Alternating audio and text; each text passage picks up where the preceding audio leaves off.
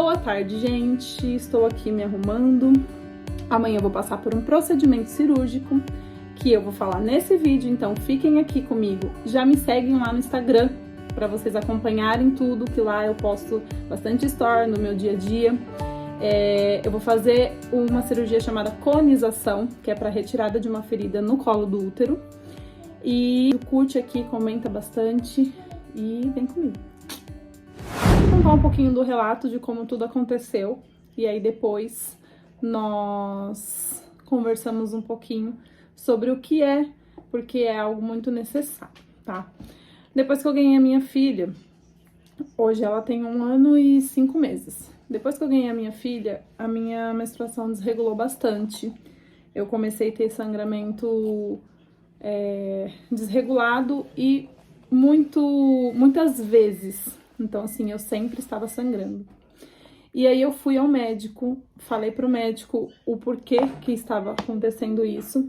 E a princípio eles me disseram que eu precisaria fazer alguns exames pra gente analisar o que é. Então, meu primeiro diagnóstico foi síndrome do ovário policístico. É claro que eu nunca tinha ouvido falar sobre isso, eu não sabia o que era, nem como se tratava. E aí eu fui num especialista e eu tô dando uma breve resumida para vocês entenderem. E quando eu fui no especialista, essa fase do sangramento tava uns 4 meses. E aí eu fui ao especialista e quando ele analisou os meus exames, ele falou assim: Emily, você não tem síndrome do ovário policístico. O que você tem é um achado clínico. Vive sua vida normal, provavelmente esse sangramento é decorrente à injeção que você tomou, e como eu nunca gostei de tomar injeção anticoncepcional, eu tentei a injeção e assim, eu não curti mesmo e eu pedi pra eu não tomar anticoncepcional e eu assumiria o risco caso eu engravidasse e tá tudo bem. Só que ele falou pra mim que eu não tinha síndrome do ovário policístico. Aí eu falei, ué, e agora? Eu continuo sangrando? E aí ele disse que eu podia viver minha vida tranquila, que provavelmente seria decorrência da injeção que eu tomei, uma dose que eu tinha tomado. E ele falou pra mim que em breve eu pararia de sangrar. Isso fazia 4 meses.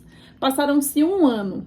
E eu continuei com aquela coisa chata, porque é muito desconfortável, né? Atrapalha na sua vida conjugal, atrapalha em várias áreas. Eu sentia muita cólica. Antes eu não tinha cólica. Então, assim, algumas coisas estavam mudando na minha vida. E aí eu marquei novamente médico, marquei de novo ginecologista. E a minha ginecologista, a primeira coisa que ela fez, o que eu nunca tinha feito antes, foi o exame preventivo.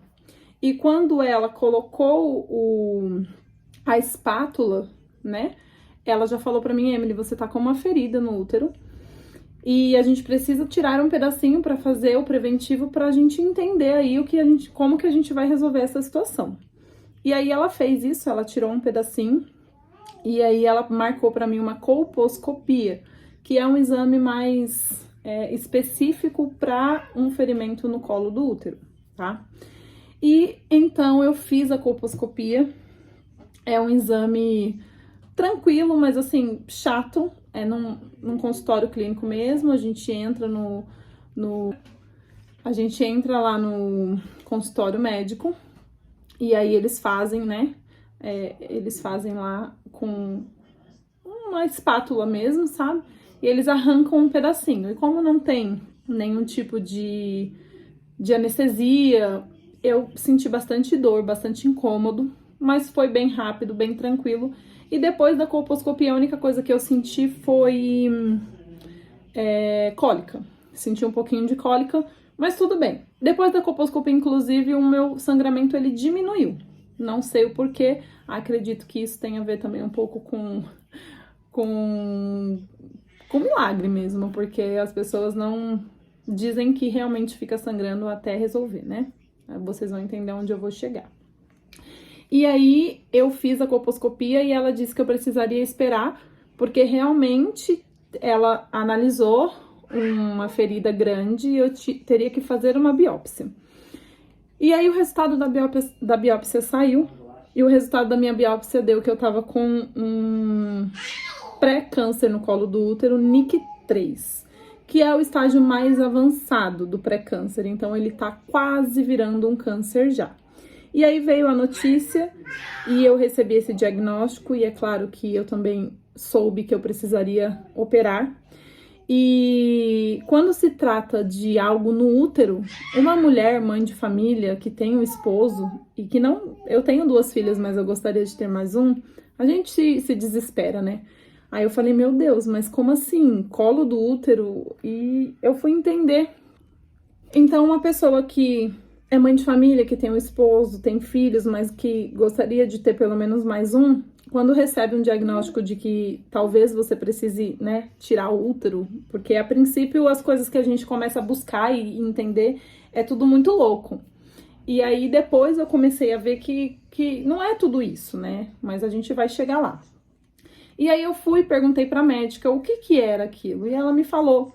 E é algo que eu acho importante a gente vir aqui falar, porque existem muitas pessoas que têm vergonha, que têm medo, que têm receio e guarda pra si. Mas é muito importante a gente se cuidar, a gente fazer o preventivo. Era uma coisa que talvez se eu não tivesse ido atrás e aceitado isso, eu poderia ter descoberto um câncer e não um pré-câncer.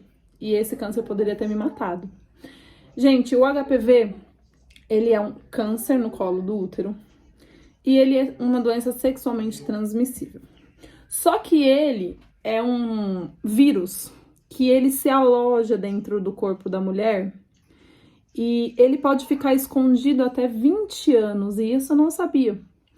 Então, assim, por que é necessário a gente fazer o preventivo? O HPV, que é esse vírus, ele reage, né? Então, ele vira uma ferida, ele cresce quando a imunidade da pessoa baixa. Então, o que eu entendo com isso?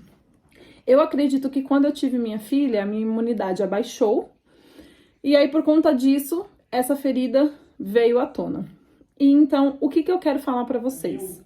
Se vocês têm algum tipo de menstruação irregular, ou então sangramento, ou dor, algo anormal, busque informações. Gente, não é algo vergonhoso, todo mundo tem um passado. Então, assim, se você já teve outras relações que talvez você não conhecia o seu parceiro, né? Não sabe aonde que ele passou, com quem ele se deitou. E isso pode causar algo eterno pra você. Que, por exemplo, o meu caso, hoje eu sou casada, hoje eu tenho 2 filhas, sou cristã. E eu sei que isso faz parte do meu passado. Isso veio, é uma colheita do meu passado. Então, assim, não tenham vergonha de irem atrás, de se cuidarem, de entenderem o que vocês estão tendo, por que vocês estão tendo. Então, amanhã, dia 25/3, 5 dias antes do meu aniversário, eu vou fazer a cirurgia para retirada dessa ferida, para a gente levar para a biópsia e também para entender de fato o que a biópsia vai dar de resultado. Eu vou voltar aqui para falar para vocês como que é a cirurgia, mas a princípio, não se assustem quando vocês receberem o diagnóstico de HPV, mesmo que seja o NIC3, que é o meu caso, que é o mais avançado, é o quase câncer. Não se assustem, gente, vocês não estão com câncer. Ainda há um tratamento. Você precisa fazer os tratamentos certinho. Pelo que eu estava estudando, eu vou fazer a cirurgia, que é uma cirurgia basicamente tranquila. Porém, depois da cirurgia, eu preciso manter uma dieta e eu preciso fazer exercícios físicos que eu já faço, mas no caso eu vou precisar fazer mesmo, porque a minha imunidade não pode baixar, senão essa ferida pode vir à tona novamente. Eu posso ter novamente essa ferida. E era uma coisa que eu já não sabia. Então eu vou voltar aqui, acredito que não amanhã, porque amanhã eu vou fazer a cirurgia, mas na próxima semana tudo vai estar bem.